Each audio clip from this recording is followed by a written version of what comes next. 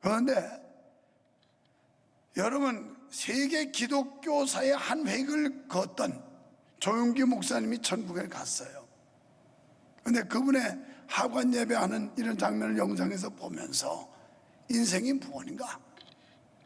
이런 생각이 들어요. 인생이 뭘까?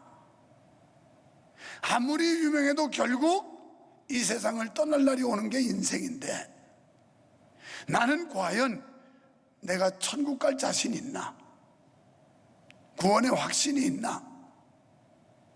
이게 자문자답을 하게 되면서 공허한 거예요. 오죽하면 저녁 때 저녁을 먹으러 간 거는 우리 손주들 보러 가느라고 잠깐 들었는데, 내가 길 가면서 우리 아내한테 그랬어요. 여보, 나 오늘 내 마음이 굉장히 심란하다. 그리고 어떻게 보면 좀 허무감에 빠져 있다. 과연 내가 목회하는 이 목회 현장에 이 사람들이 천당 갈 수 있을까?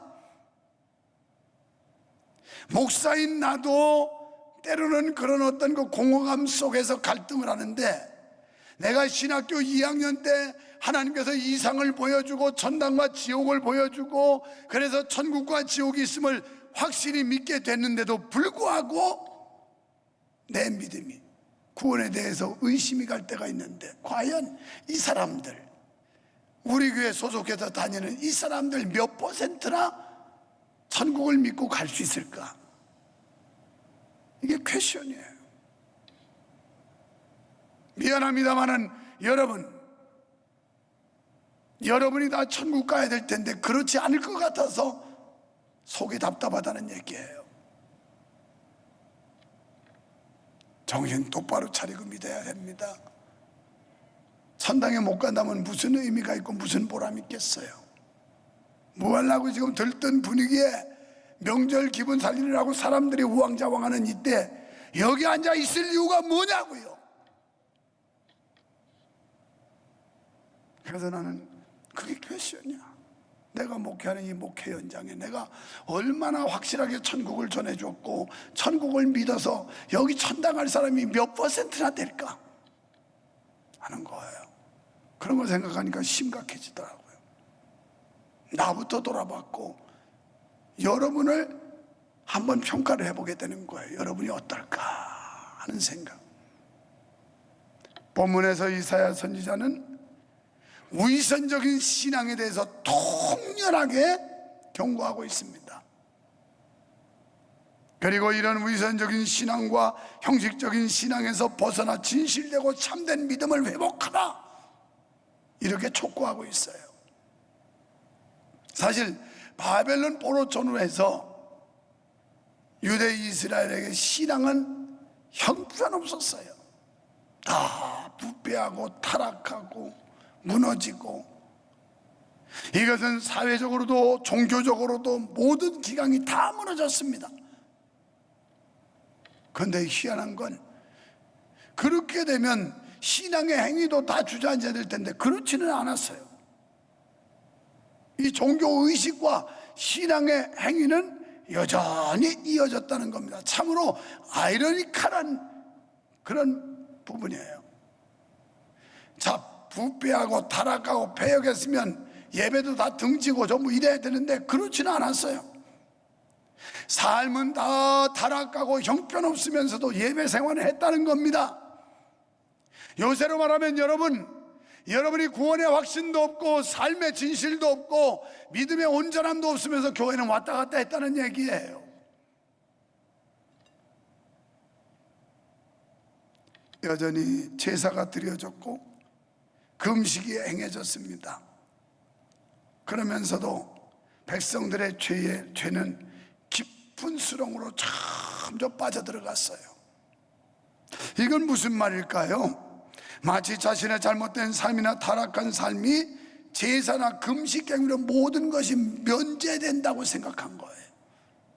중세 기독교가 타락하고 로마 가톨릭에서 면죄부 받았던 것처럼 그냥 제멋대로 엉터리로 살고 내가 주일날 예배당에 한번 갔다 오면 모든 게 다 면제된다, 이렇게 생각한 거예요. 지금 수많은 기독교인들이 다 그 모양입니다. 우리 교회 안에만 봐도 상당히 어쩌면 7, 80%는 다 그런 사람들입니다. 그러니 내가 갈등 안 하게 생겼어요. 과연 천국 갈 사람이 몇 명이나 될까? 나는 과연 천국 갈 수 있는가? 내가 확실하게 천국을 소개해주고 있는가? 이것 때문에 내가 호텔감에 어제 오후에 밥 잘 얻어먹고 와서 오후 내내 책상머리에 앉아가지고 그런 공허함이 생기는 거예요. 특히 유대 사회에서는 금식은 다른 어떤 종교 행위보다도 훌륭한 신앙의 척도로 여겨졌습니다. 그래서 유대인들은 금식이 생활화됐어요. 예수님 당시에도 유대인들이 와가지고 바리새인 서기관들이 하는 얘기가 우리는 일주일에 3일씩 금식합니다. 그러면서 사거리에 가서 손을 들고 막 기도하고 손을 들고 기도하고 일주일에 3일씩 금식을 하고 이러면서 자랑스럽게 예수님한테 와서 이야기를 해요. 그런데 예수님은 그들에게 외식하는 자라고 바리새인과 서기관들을 헛되게 책망을 해요. 사실 이 금식하는 건 나쁠 리가 없습니다. 좋은 거예요. 문제는 금식과 일상의 삶이 조화가 이루어지지 않는다는 겁니다. 신앙의 최고의 미덕이요 아름다운 신앙 습관인 금식 행위와 다르게 유대인들은 금식과 무관한 죄의 생활을 하였다라는 것이에요. 선지자는 본장에서 잘못된 금식에 대해서 신랄하게 책망하고 있습니다. 저는 오늘 이사야 58장을 세 가지로 나누어서 말씀을 드리려고 해요. 첫째는 올바른 금식입니다. 본문은 성경적이며 하나님께서 원하시는 금식에 대해서 말씀하고 있습니다.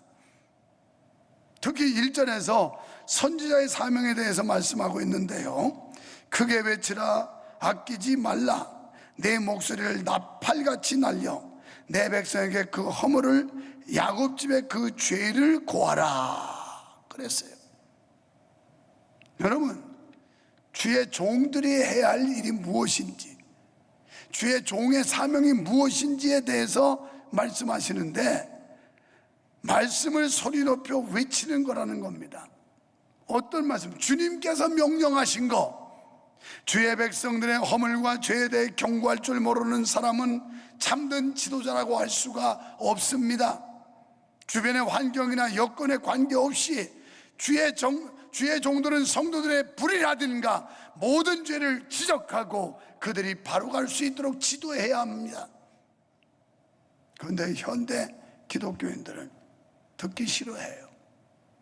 귀를 간질간질하게 해주는 소리, 마음에 불편하지 않은 소리, 이런 소리 듣기를 원하지, 귀 거슬리고 마음이 불편한 얘기들은 막 이맛살을 찌푸려요. 듣기 싫어요. 그런데 오늘 하나님께서는 그 백성들의 허물을 지적하라는 거예요.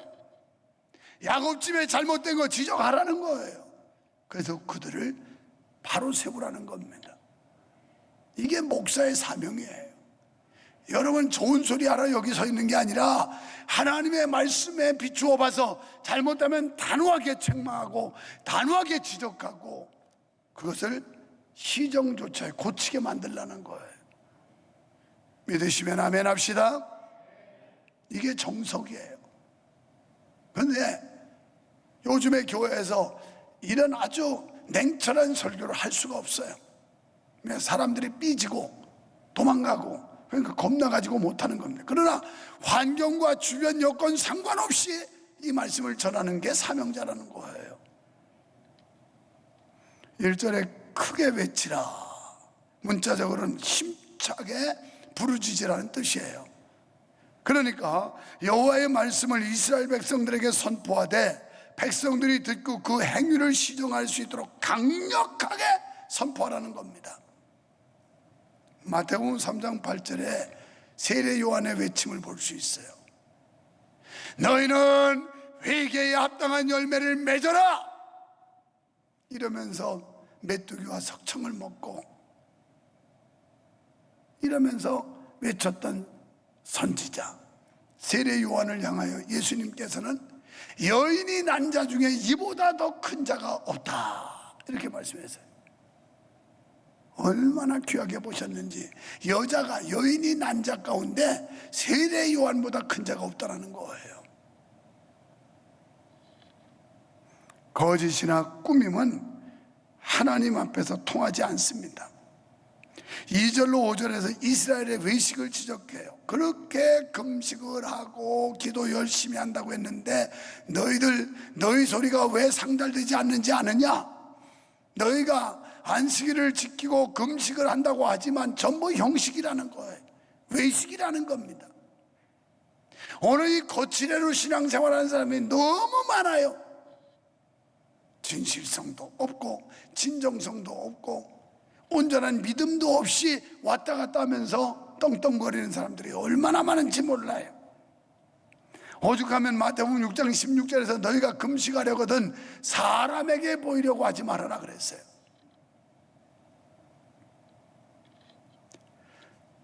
여러분, 하나님 앞에서는 진실만 통하는 거예요. 거짓과 꾸밈은 통하지 않습니다. 그런데 당시 이스라엘은 종교 행위를 자기들의 자랑으로 삼았어요. 겉모양은 그럴듯한데 자기 경건을 드러내고 자랑하기 위함이었어요. 여러분, 오늘 우리도 모든 일에 있어서 이러한 외식적인 요소들이 없는지 살펴보아야 할 것입니다. 그러면서 6절로 9절에서 하나님이 기뻐하시는 금식이 뭔지에 대해서 가르쳐주고 있어요. 하나님께서 기뻐하시는 금식은 죄에서 떠나 의를 행하는 것입니다. 그리고 하나님의 법도를 따르는 것입니다. 죄 가운데 여전히 머물면서 종교적 의식에 참여하는 것은 가증스러운 일이요 죄를 더하는 행위라는 사실입니다. 예수님께서 바리새인과 서기관을 책망하신 이유도 여기 있었습니다. 여러분은 올바른 금식은 마음을 하나님께 드리는 것이며 죄에서 떠나는 것임을 믿으시기 바랍니다. 두 번째는 8절로 12절에 의인이 받을 복에 대해서 말씀하고 있어요. 여기서는 하나님께로부터 의롭다 하심을 받은 의인들이 받을 복에 대한 말씀인데 8절에서 아침빛같이 빛이 비추고 치료가 급속할 것이며 하나님의 영광이 함께 하신다라고 말씀해요. 여기서 빛, 아침은 영화롭게 된 상태를 말씀합니다. 치료는 죄로부터의 회복입니다. 그리고 하나님의 영광이 지켜주신다는 거예요. 하나님의 영광이. 이스라엘을 하나님이 지키셨죠. 광야 40년 동안 하나님께서 낮에는 구름기둥으로 밤에는 불기둥으로 그들을 지켜주셨어요. 그리고 변심한 바로가 추격군대를 보냈을 때 대양난이었어요. 앞에는 홍해, 뒤에는 애국군대. 그때 애국군대가 접근하지 못하고 하나님이 불로 화영검으로 지키셔요. 불로. 그래서 더 이상 접근하지 못하게 했고 홍해를 쫙 깔아가지고 건너게 하시죠. 이런 하나님의 영광, 하나님이 앞뒤 전으로 우리를 지켜주시는 이런 은혜가 여러분에게 있기를 축원합니다. 9절에서 기도응답을 받습니다. 의인은. 여러분, 하나님은 의인들, 그러니까 그 자녀들의 기도에 응답하신다고 그랬어요. 그래서 그들이 부를 때 내가 여기 있노라 이렇게 대답하신대요. 이 말씀은 그들이 언제 어디서나 무엇을 구하든지 그분이 허락하심을 의미해요. 여러분이 정말 의롭게만 살면 염려할 필요 없어요. 왜? 모든 만사의 해결자는 하나님이 역사하시면 모든 게 해결될 것이기 때문에 그래요. 여러분, 자녀가 복받기를 원한다면 부모된 여러분이 먼저 의인이 되세요. 그러면 그 자식을, 후대에 복을 준다는 거예요. 의를 행하는 자는 때가 되면 항상 복을 이루게 되는 줄로 믿습니다. 여기서 의인은 히브리어로 차티크라는 말이에요. 이 말의 뜻은 일반적인 의미의 의인은 의리와 지조를 지키는 사람, 이런 뜻입니다. 그런데 성경에서는 하나님과 바른 관계에 놓여진 자, 우리가 사람 관계도 중요하지만 하나님과 어떤 관계에 놓여져 있느냐, 즉 신앙에 의해 의롭다함을 입은 자, 이걸 의인이라고 그러는 거예요. 로마서 1장 17절에 복음에는 하나님의 의가 나타나서 믿음으로 믿음에 이르게 하나니 기록된 바 오직 의인은 믿음으로 말미암아 살리라. 의인은 믿음으로 말미암아 살리라. 세 번째 13절로 14절에 안식일을 바로 지켜야 합니다. 그게 올바른 믿음이에요. 성도는 안식일을 바로 지켜야 하는데 이날은 여호와의 날로 성일이기 때문에 존귀하게 지켜야 합니다. 그런데 우리의 사고는 어떠냐? 한 주간의 피로를 풀고, 그러니까 엿새 동안 일하고 하루 쉬라고 그랬대서 오늘 주일날 쉬는 날로 알아요. 쉬는 거 아니에요. 이날은 주님 앞에 헌신하는 날이에요. 더 바쁜 날이에요. 우리 장로님들 일부 예배 마치고 지금 구석구석에서 여기저기서 전부 헌신하라고 얼마나 바쁜지 몰라요. 저녁 예배까지. 나는 우리나라 주 5일째 근무될 때 굉장히 기뻐했어요. 정말 잘 됐다. 많은 목사님들이 우려했습니다. 주 5일 근무되면 교인들이 주말에 다 도망가고 산으로 들로 바다로 다 도망가서 교회가 텅텅 빌 거라고. 나는 오히려 정반대로 생각했어요. 그렇지 않다고. 성도들 제대로 믿는 사람은 얼마나 주일날 고달프냐고. 쉴 날이 없다고. 그래서 금요일까지 근무하고 토요일날은 쉬게 하고 주일날은 주를 위해서 헌신하고 잘 됐다고. 그게 맞아떨어진 거예요. 맞아떨어져. 이날은 우리 날이 아니에요. 놀러 다니고 뭐 즐기는 날이 아니라 하나님을 영원롭게 하는 날이에요. 하나님 앞에. 그런데 우리는 일주일에 피로를 쉬고 짜여진 1시간의 예배 참여하면 내가 성수주일에다 모든 거 다 했다, 이렇게 안위를 사는데 착각하지 마세요. 그거는 온전한 주의를 지키고 있는 사람이 아니에요. 그런데 대부분의 상당수의, 아니 한 7, 80%가 그렇게 살아요. 그러니 이게 천당이 있는 건지 없는 건지, 천국은 갈 건지 못 갈 건지 궁금해요. 궁금해. 답답해요. 절에서 저 사람들 천당 행위로 가는 건 아니지만 믿음에는 열매가 있는데, 믿음이 있으면 열매는 보여지게 돼 있는 거예요. 하나님 사랑하면 사랑하는 표현이 나타나는 거예요. 그게 안 나타나는데 입으로만, 여기 이사야 선지 시대에 유다 이스라엘 백성들이 입술로만 입에 밴 신앙이었어요. 전부 명목상 크리스찬이었어요. 여러분, 국민에게는 4대 의무가 있습니다. 우리 국민에게. 그게 국방, 물론 뭐 여성들에게는 없지만 국방의 의무, 교육의 의무, 납세의 의무, 근로의 의무, 이런 거 있어요. 교육인가? 오래돼 그것도 잊어버리나. 하여튼 4대 의무. 이건 기본이에요. 마찬가지로 우리 그리스도인들에게, 하나님의 자녀된 자들에게 2가지 기본, 이건 기본이에요. 11조와 성수주일. 11조. 어떤 사람이 그것도 걸립디다. 자기 보고 얘기하는데도 좀 걸려서요, 여러분도. 11조. 정확하게 아닌 건 11조 아니에요, 그건. 어떤 사람은 그냥 월정원금 내는 거예요, 월정. 뭘 내가 11조라고 이름 써서 이만큼 정한 거 그냥 낸다. 이건 11조 아니에요. 너희의 온전한 11조를 나의 집에 드려, 이렇게 나와요. 그냥 적당하게 어림수로 그리고 그냥 월정원금 내듯이 한 달에 한 번 내는 거 체면치에, 이거 바로 하는 거 아닙니다. 그런데 이게 뭐 대단한 줄 알아요. 11조하고 성수주라는 거 대단한 줄 아는데 이건 기본이야, 기본. 적어도 구원받고 믿음으로 의롭게 된 하나님의 자녀라면 이건 기본인 거예요. 대한민국에서 국민의 4대면 기분하면서 뭐 자랑하는 사람이 있습니까? 그건 당연히 할 거니까 자랑도 안 해요. 오늘 예수 믿고 구원받아 천국을 소망하는 사람이라면 이 2가지는 기본이기 때문에 이거 해놓고 뭐 의시되고 거칠해하고 거드름 피울 이유가 없다는 거예요. 여기서 지금 하나님 그 말씀하는 거예요. 너희가 금식하고 하는데 금식하면서 또 성의를 지킨다고 그러면서 쌈질이나 하고 있고, 그러면서 일이나 하고 있고, 저 세상 일하고 뭐 하면서 이 못된 짓 하는 거 다 지적하고 있잖아요. 이날은 인간을 위해 사는 날이 아니라 하나님을 위해 사는 날인 줄 믿으시기 바랍니다. 우리가 안식일에 주의 율례를 세우고 하나님의 베푸신 은혜를 기억하며 거룩히 구별하여 지켜야 할 줄 믿으시면 아멘 합시다. 그래서 올바른 믿음으로 회복해야 돼요.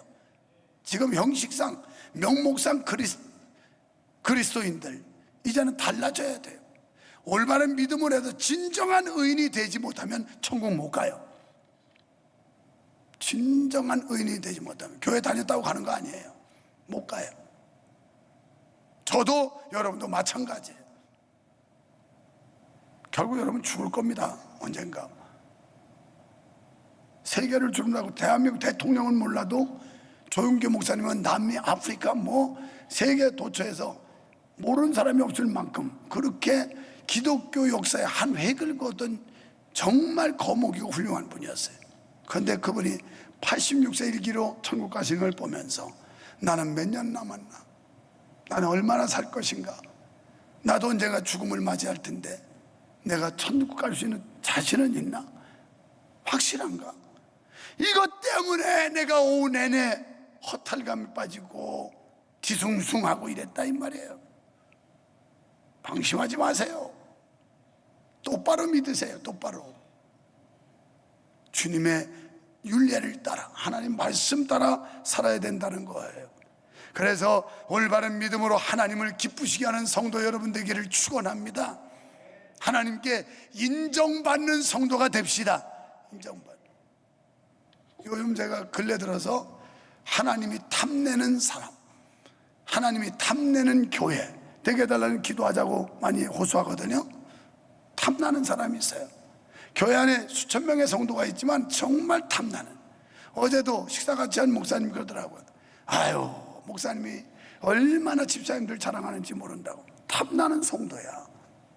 우리 위에 이런 성도 저런 성도가 있는데 이렇게 모범적이고 이렇게 귀감이 되고 이렇게 훌륭하고, 이게 탐나는 사람이에요. 교회도 하나님이 보실 때 우리 교회가 탐나는 교회가 돼야 되지 않겠어요? 하나님은 다윗을 탐내셨어요.